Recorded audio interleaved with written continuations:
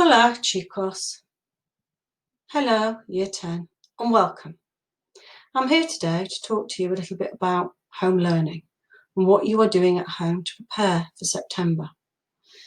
Now, home learning for Year 10 is happening alongside the masterclass sessions.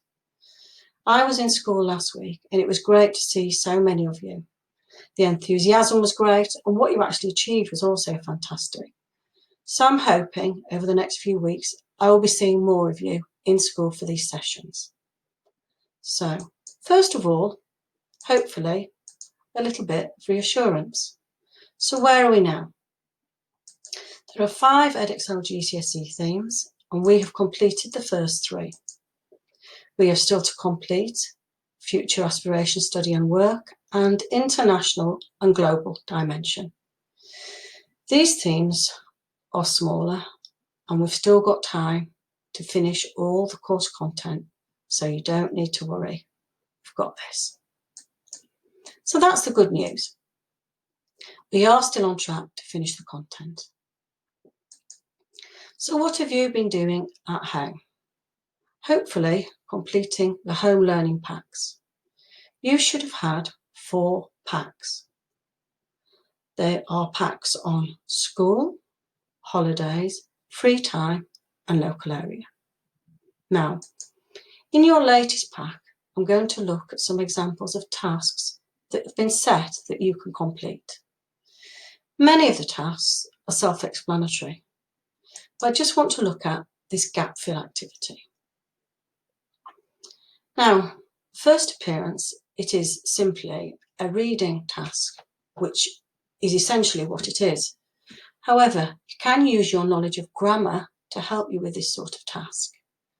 For example, un means a, and you know that in this gap, you need a noun that is masculine because it's un, not una. So it has a with many shops. So looking at the answers, it's likely to be centro comercial, shopping centre. Also, as well as using grammar to work out whether words are adjectives or nouns, whether they're masculine or feminine, you can also use your common sense.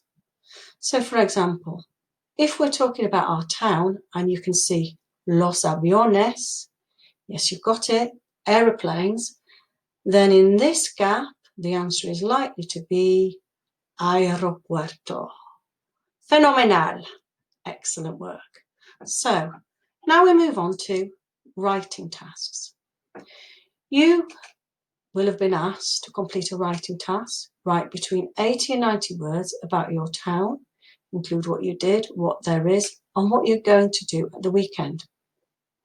So what did you spot there about the time frames?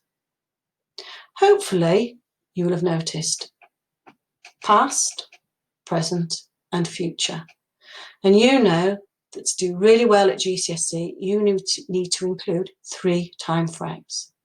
So, how would we go about preparing for this writing task? First of all, we could use something like this.